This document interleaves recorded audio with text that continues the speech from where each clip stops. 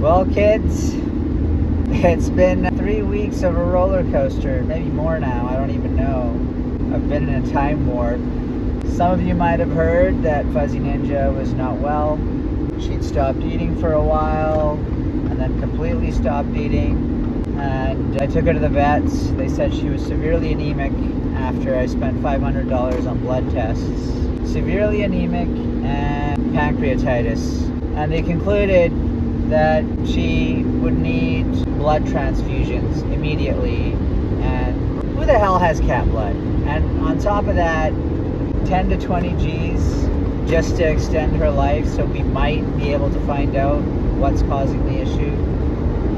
Regardless, the professionals did the math and were like, the most compassionate thing to do is to euthanize your kitty. Fucking brutal. Anyway, I took my cat home because I wasn't ready to euthanize her at some foreign, sterile, full of other cats and dogs vet. And I basically watched her die for a few days. 5 days on top of that, she didn't eat. She was at risk for fatty liver lipidosis. Apparently, the body releases a whole bunch of fat into the liver or something like that, and the cat's liver has issues. I mean, luckily, before we had the blood tests, the vet assumed, based on Fuzzy Ninja's breath, her having not eaten for days, that her liver would have issues and that she would have kidney issues. Turns out her kidneys were totally fine and only one of her liver markers were off. And after the blood test, the issue was 10 to 15% anemic, which is severe. And in those cases, you need blood transfusions just to extend the cat's life to figure out what's going on. So anyway, 5 days after that, I'm watching Fuzzy Ninja. She's in pain. I've also come to the realization, and I'm not saying this for everybody, that if I was going to euthanize her, it's because I can't handle watching her suffer. And luckily at the time, I check in with this Taoist Chinese medicine doctor once a week. That's a whole other story, but I'm so grateful because he was like, well, what does she want?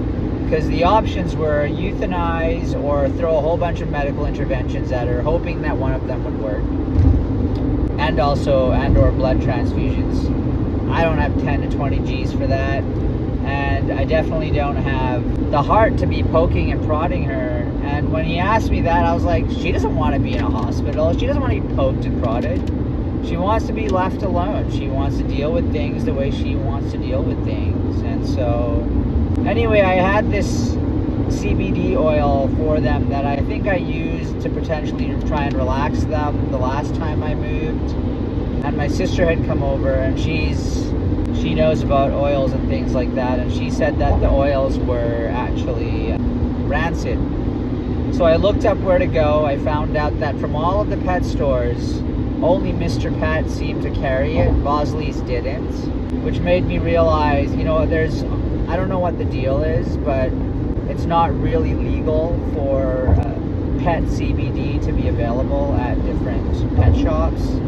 I guess it's not veterinary approved. There's some sort of bullshit bureaucracy that is stopping people from gaining access to curbing their pet's pain and potentially reversing issues with their organs. We know now, the science has been for decades, that all of our major organs have cannabinoid receptors. And so, which means we could potentially, we can definitely reduce inflammation, we can definitely reduce pain, and also we could help our kitties or dogs or people potentially reverse whatever issues are going on within those organs. And so anyway, I pulled out all the stops at that point because I was looking into this company, Hemp for Tails, and I read the owner's story, and his story, and I'm going to butcher this because I was completely distraught and grieving at the time, but his story, if I remember correctly, was his dog sounded like his dog wasn't really given a chance to live by the vet either. And he did his own research, and he started using CBD, and he had mentioned mushrooms.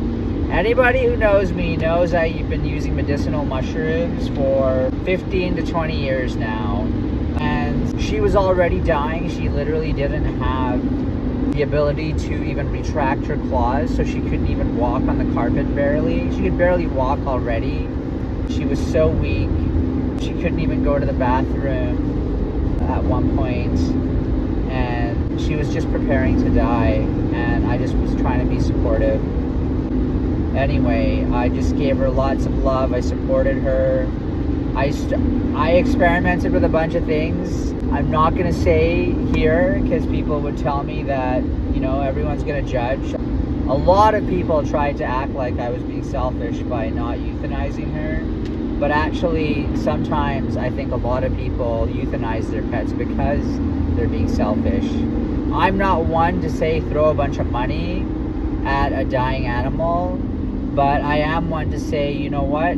Talk to somebody, do your research, and see if alternative therapies work. Because you know what? Those alternative therapies were around way before the main therapies were. And anyway, I'm not sure if I'll share my protocol because I threw a lot at Ninja, spaced out where I was monitoring her closely. I literally was doing nothing but taking care of her. At one point in the middle of all this, I noticed she was smelling, and I've learned to communicate with her on a deeper level. And she basically showed me that she would be interested in eating liver, which was interesting because nobody likes liver, and she didn't really like liver either. I was trying to mix it in with her brother's food, and she kind of sniffed around my finger like she needed it. And being severely anemic, if there was one food that was going to save her, it was grass-fed beef liver. So I chopped up little pieces because she hadn't eaten in probably 10 days, anything significant. And I started feeding her morsels one bit at a time. And when she was done and full, I encouraged her to eat a couple more, and she did. I didn't have to force feed her the way the vet said. And one of the, there were so many different things that came together. My sister especially, I love you, Gaia. She was like, you know what? Fuck the vets. You're not normal. And Fuzzy Ninja is not normal. You guys are on your own little thing. And we are. We don't eat normal pet food. Fuzzy Ninja is 16, by the way. So she's lived a good life. A lot happened in the last 3 weeks. And the last few days, she's been stronger. And she's been getting her energy back. She was even fucking shit up on my family's laundry hamper that I've been carrying around with me for probably 30 years. And normally I would be like, hey, don't do that. And the fact that she was able to scratch and stretch out on it, I was like, you fuck that shit up. You fuck up that laundry hamper. It just brought joy to my life. But there's just been all of these small little wins, where at one point she came on her own volition up the stairs to go outside in the sun. And this is when she was still dying and her health was deteriorating. And her showing me that she had agency, she still had wants and needs, made me want to keep going. And at one point we were outside in the sun, and she was lying on this concrete area with brambles, and it's nowhere where you want your indoor clean cat to be laying. And I was like, hey, let's go back inside. And she did not have the energy to make any noise for days. And she was just like, hey, clapped back, gave me some attitude, and was like, I'm fucking dying here. And I was like, okay. And she just forced me to sit with her in the sun. And to be honest with you, it was one of the most beautiful hangouts I've had with her in a long time, and she was just forcing me to sit and be. After that, a few days later, following her recovery, at one point she actually came out of her little box, and when she was dying, she'd actually moved to my bed on her own volition. And in my mind, that's where she had chosen to die. So I put a box there with a towel in it because she loves boxes. And she was using the box to hold herself up because she's so weak. She was so weak. She came out of the box and she climbed up on my belly and she just started to purr. And man, when I thought she was done for, I would have given anything to have that. And I had it again. And a couple days after that, she came on her own volition and sat on my chest and started purring. And, you know, I've taught people different breathing exercises in the past, and I've explained to people you can use these exercises to connect to your animals and your pets, and you can use these energetic forms to pull negative energy off of people.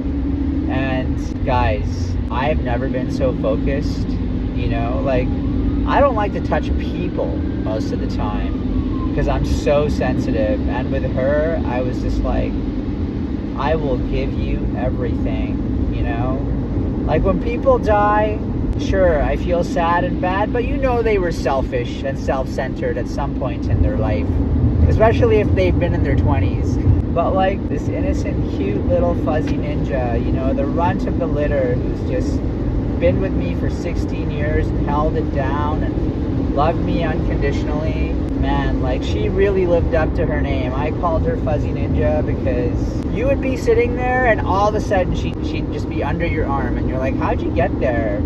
Or when she was a kitten and she used to fight her brother Bear, Bear would get one shot in and she'd get 20 in the time he got one in. And she was a ninja. And I remember once my homie Ty had his dog over and the dog barked in Ninja's face when she sniffed his food. And she just turned casually, like I jumped out of my skin when the dog barked. And she just turned and looked the dog right in the face, and the dog was like, holy fuck. You know, I know in Kung Fu and the internal arts, we call that Wei Chi, right? It's when another being can feel your energy and your power, and she had that, man. And then later on, the dog barked at her brother for doing the same thing. And we had to hold her back. We literally had to take her downstairs because she wanted it. This dog could have eaten her. The dog was like 5, 6, at least 7 times her size probably. But Fuzzy Ninja puts the G in fucking ninja for reals. And she is a ninja.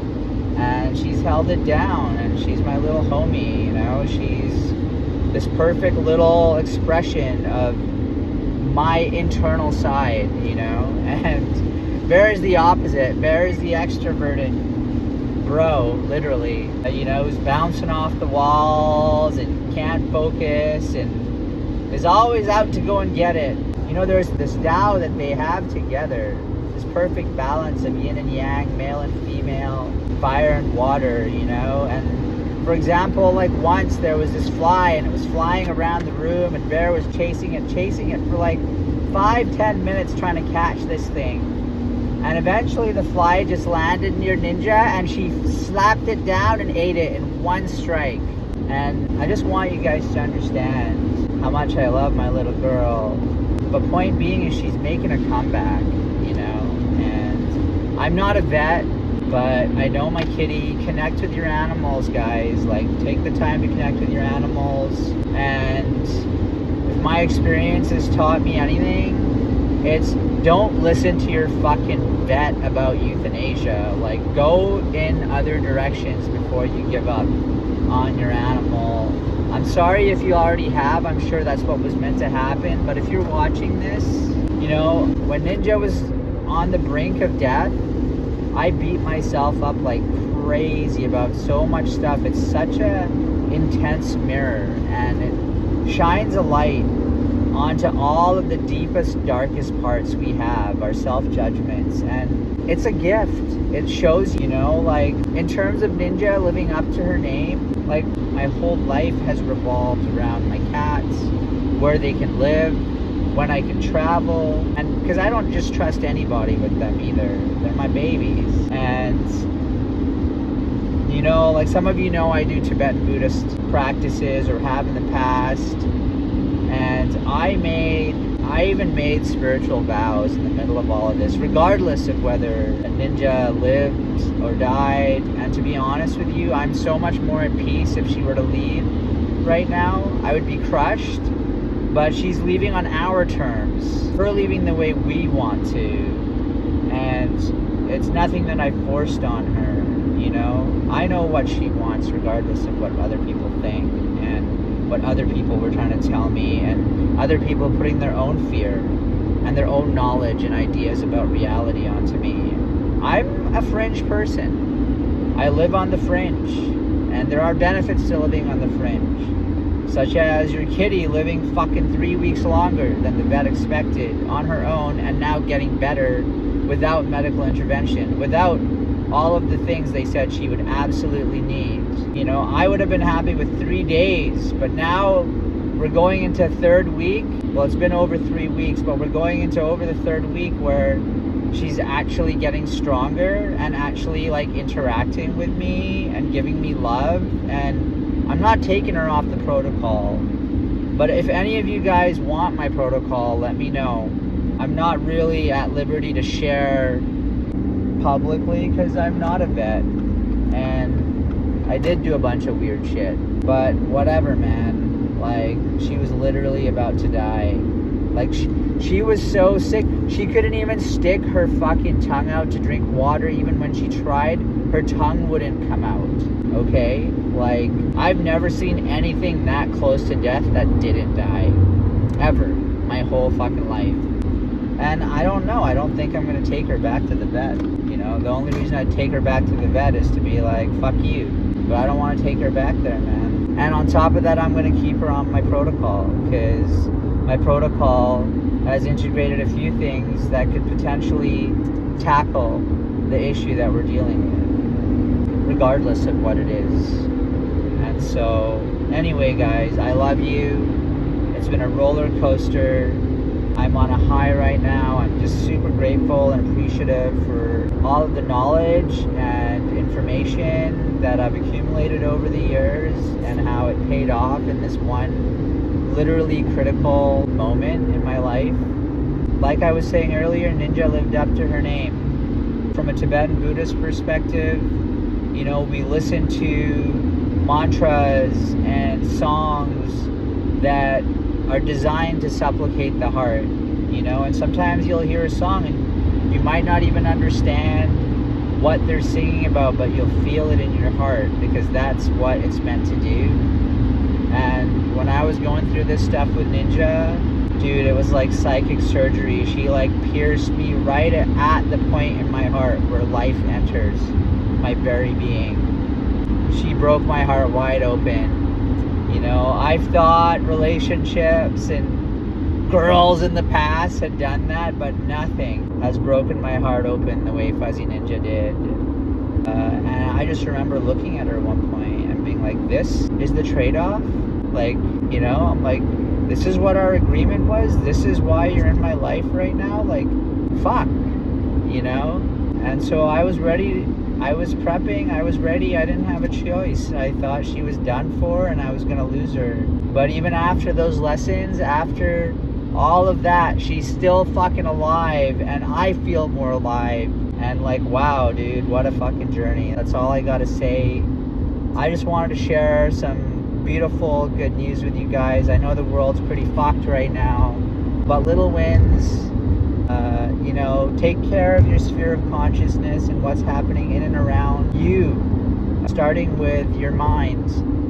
Take care of your body, take care of your spirit, but number one, take care of your mind. You know, some would argue that 99.9% of it is your mind. And what a fucking roller coaster, man. I love you guys.